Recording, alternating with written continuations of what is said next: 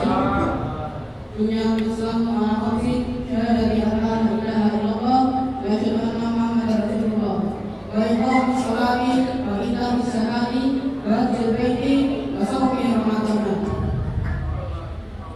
Segala puji bagi Allah Subhanahu wa taala yang telah melimpahkan segala nikmatnya, segala bentuk nikmatnya dari kita bangun tidur sampai kita tidur lagi.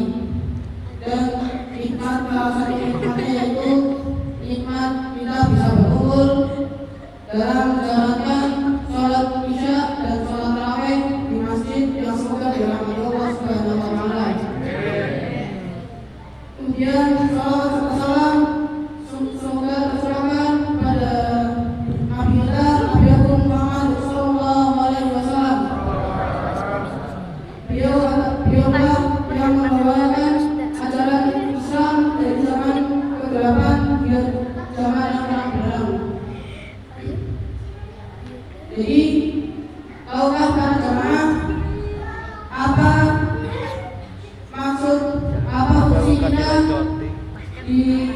diadakan di dunia? Tidak lain dan tidak bukan kecuali hanya untuk beribadah kepada Allah Subhanahu wa taala.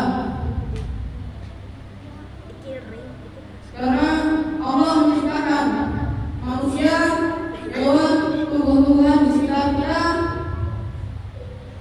itu hanya untuk beribadah, bukan hanya untuk mencari kesenangan dunia, untuk hanya terlalu fokus kepada pekerjaan dunia.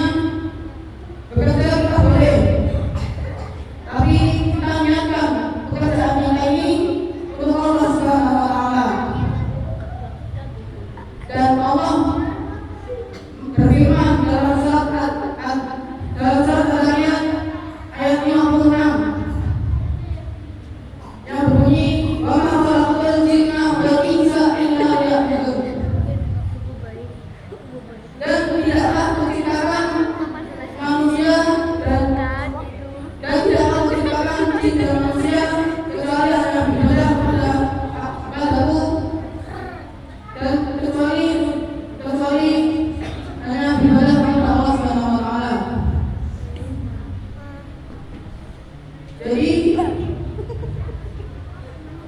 ibadah berasal dari kata abada yang hidup ibadah, yaitu menghamba. Ya, menghamba kepada Allah Subhanahu wa taala, mengikuti apa yang diperintahkan oleh Allah dan menjauhi larangan yang apa yang dilarangkan, dan mendekati yang halal dan menjauhi yang haram. Ibadah tidak hanya sholat, tidak hanya puasa, zakat, haji. Ibadah itu meliputi semua aspek kehidupan manusia dan jin. Contohnya ini, kita minum saja kita bisa jadi ibadah. Apabila kita mengikuti apa yang disampaikan oleh Rasulullah, minum dengan tangan kanan dan tidak bernafas dalam gelas tersebut, itu saja sudah dihitung ibadah oleh Allah Subhanahu wa taala. Jadi